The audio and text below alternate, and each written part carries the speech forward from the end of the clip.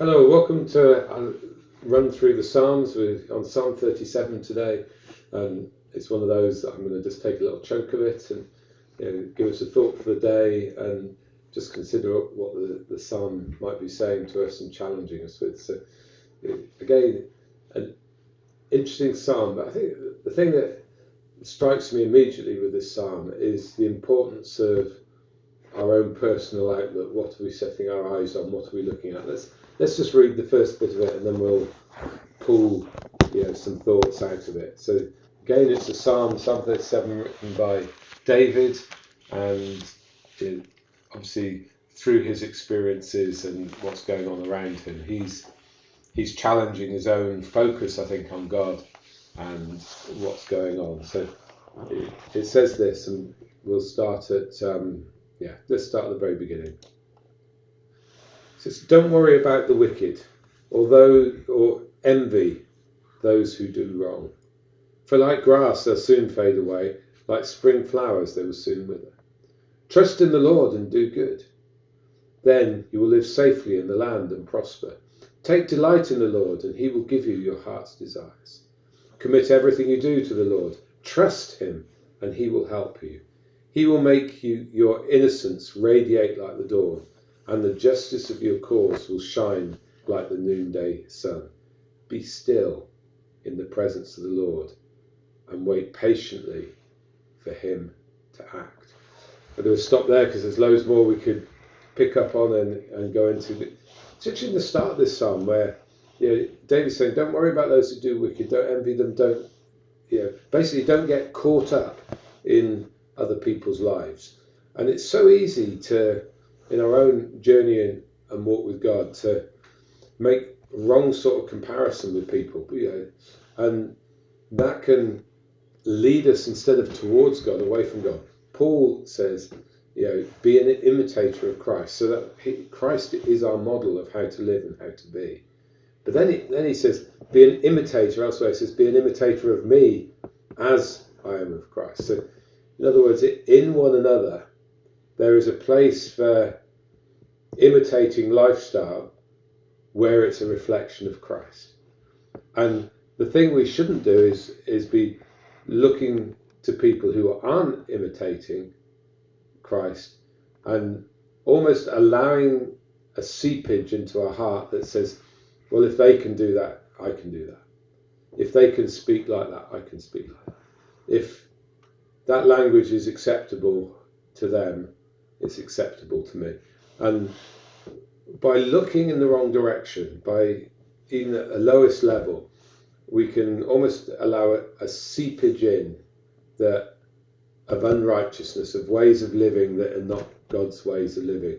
So there is a challenge for us. Now, David really is going one step further here, where he's saying, hey, don't envy those who are doing wrong. Don't give them the time of day, because that lifestyle comes to nothing. It comes, it goes. And he brings this turn, he brings this shift and says, and really he's saying, this is where your focus should be. So as we look at the psalm, if you're caught up with what someone else is doing, I think it can get elevated in the church where someone is, we become aware someone is living in a way that they shouldn't, according to the gospel. It's not envy, we can end up being fixated on wanting them to do the right thing, wanting them to conform to the rules. But it's not like that. It's about the heart. And our responsibility is, I think, unpacked in this next little bit of the psalm, where it says, trust in the Lord and do good. So our focus isn't what other people are doing, but say, okay, in my life, I will trust in the Lord. I will trust him. And the way I live my life, I will do good.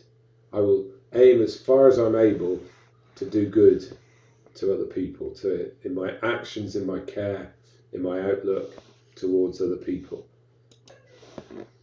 It's actually a very interesting thought to look at this and go, as we trust God and we do good. So that doing good is those day-to-day actions of caring, of looking out for, whether it's looking out for your neighbour, caring for someone, going that little bit of an extra mile, making sure that anyone who has an interaction with us, it's a good, positive interaction. And the interesting thing about this is, if we do that, there's a promise that's unleashed for us. The promise is, then you'll live safely in the land and prosper. And this speaks of a prospering of our soul, of our heart, and a prospering in life.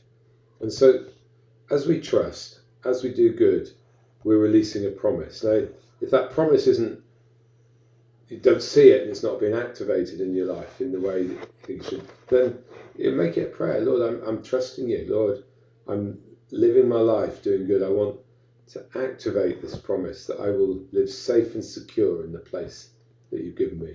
And Father, I pray that you'll cause me, as I follow you, as I trust you, that you'll cause me to live safely in my land and to prosper. It carries on. It says, take delight in the Lord and he will give you the desires of your heart.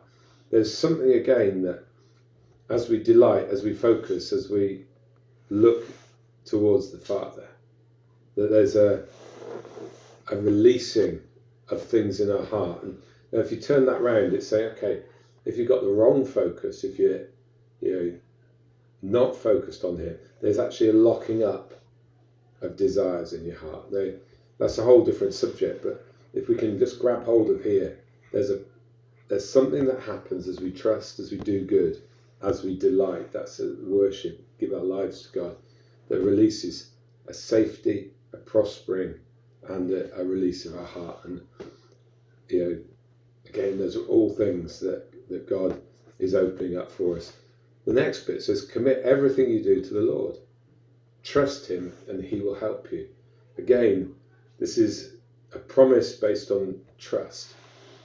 As in our day-to-day life, we commit our steps to him. He's the one that will guide us, help us, lead us. And even in difficult, challenging times, the promise is that he'll come as our help. He'll be there to help us through. It says, he will make your innocence radiate like the dawn, and the justice of your cause will shine like the noonday sun. Whenever I read scriptures like that, it always makes me think of Moses as he came down the mountain. And it said that his face shone so brightly that it covered with a veil. And for us, as we trust God, then there's a radiance that comes as we have a focus on him. It's like he is the one that goes before us as he went before Moses. It says, I like this, it says, be still in the presence of the Lord and wait patiently for him to act. Genuine trust brings stillness. The number of times I look at situations, and when I'm confident, I'll say to people, I say, let's just wait. Let's just wait. God's got it. Let's be at peace. God's got it. And we can, particularly when we're panicking, focused on the wrong things, worrying about things, anxious about things, those sorts of emotions cause us to act and react. And God say, be still. Wait patiently for God to. It's like, I've waited a day, I've waited 2 days. The waiting game's over. No, I want to learn internally to have that stillness before God, that I can sit before him, relax before him, and not think that my action and the way I handle something forces his hand. So I want to stop at that point. But I want to encourage you today, whether it's 1 minute, 5 minutes, 10 minutes, or an hour, it doesn't matter, but just practice being still. Maybe take that scripture or some part of the scripture. Go, as I trust in the Lord, as I trust him, as I do good, and allow your life to be calibrated to the ways of heaven. And as you're still, allow God to step out before you in different situations. Bless you. Hope you have a great day, and look forward to being with you again next week.